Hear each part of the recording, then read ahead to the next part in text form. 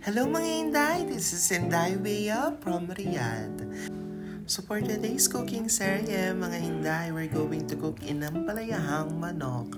So ayan na yung manok natin, Inday.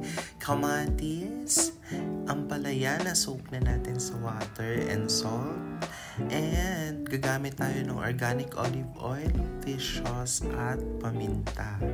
And sa aromatics naman natin, gagamit tayo ng sibuyas, bawang, ayan, sili for extra anghang, ginger, and of course, ang bida-bida natin, chicken nori cubes, and magic sarap.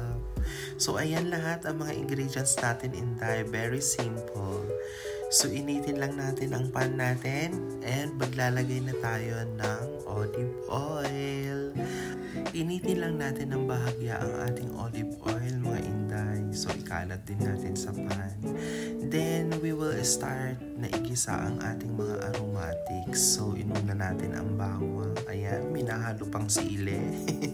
Pero, alisin natin yan. Baka umanghang. And eto na ang ating sibuyas. Then, isunod na agad-agad ang luya. So, ayan, igigisa lang natin yan hanggang sa mag-caramelize siya. Then, after makaramelize ang ating mga aromatics, ilalagay na natin ang chicken.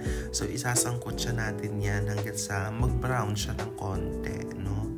So, napansin nyo, hindi ko masyadong brinown ang ating mga aromatics dahil isasabay natin siyang i-brown dyan sa ating chicken nang mawala ang kanyang lansa, mga Inday. So, ayan, tinakpan ko lang. Kung makikita nyo, mga Inday, babaliktad natin yan. Yan, halo-halo lang hanggang sa maging brown ang ating chicken or talagang maluto siya at lumabas ang mga excess water niya. Kasi gusto ko sa manok yung nasangkot siya talaga ng mabuti sa luya at saka sa bawang sibuyas, no? So as you notice, na brown na natin, mag-a-add ako dito ng konting patis para kumapit na ang kanyang lasa, then ang magic sarap, at ine-next ko dito ang ating nori cubes. So inilagay ko na lahat ng mga pampalasa, Inday, habang ginigisa natin yan or sinasangkot siya natin yan para manuot na sa chicken natin ang ating mga pampalasa.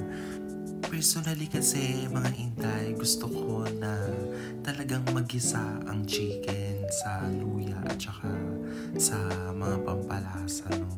Kasi minsan kasi ang chicken, pag hindi siya well done, no, or properly cooked, malansa ito. Kaya, kailangan natin siyang lutuin ng mabuti. So, tinakpan lang natin yan. Ayan, kung makikita nyo, mga Inday, talagang nagmamantika na siya, no? That's the time na pwede na nating ilagay ang ating kamatis. So, haluin lang natin yan ating kamatis. The more kamatis, the merrier. Masarap ang inampalayang manok pag madami siyang kamatis. Yun talagang nagiging red na yung sabaw niya, no? So, tatakpan lang natin yan, Inday. Hayaan nating maluto kasi maglalabas yan ng water. Ayan. So, hindi tayo nag-add dyan ng tubig, ha, mga Inday. So, sa katas yan ng kamatis galing. Mag-a-add ako dito ng pepper. Konting-konti lang para pampabalanse lang ng lasa, mga Inday. So, haluin lang natin yan. Medyo itiris-tiris na natin ang ating kamatis, mga Inday. Dahil magsaserve din yan as sauce natin. Pero mamaya-maya, maglalagay din ako ng tubig dyan, Inday. So, eto na, mga Inday. Mag-a-add ako ng a bit ng water. Yung iba gusto tuyong-tuyo yung inampalayahang manok nila. Pero ako, medyo gusto ko ng may sabaw. Yung may isasabaw ko siya sa kanin. So, ayan, Inday. Pag okay na yan, na luto na natin ng about, ako, dinuto ko siya ng about 15 minutes to 20 minutes, no? So, ayan, mag-a-add na ako ng chili. Huwag nating hahaluin yan, Inday. Baka talagang sumobra ang anghang niyan. Dahil wala akong makitang siling panigang dito. Ang available ko lang is dalabuyo, no? So, pag nag-add tayo ng ating ampalaya, Inday, huwag na muna nating hahaluin yan. Hayaan muna nating maluto. Takpan lang natin for about 5 minutes. Ayan. After 5 minutes, Inday, eto na, haluin na natin for final halo ang ating inampalayahan manok para mag-incorporate na lahat ng lasa niyan. And don't forget na tikman ito, Inday, ha? Para ma-adjust natin ang lasa niya, okay? So eto na mga Inday, luto na ang ating inampalayahang manok a la Beatriz. So if you like my cooking series videos, Inday, please like and share and don't forget to subscribe.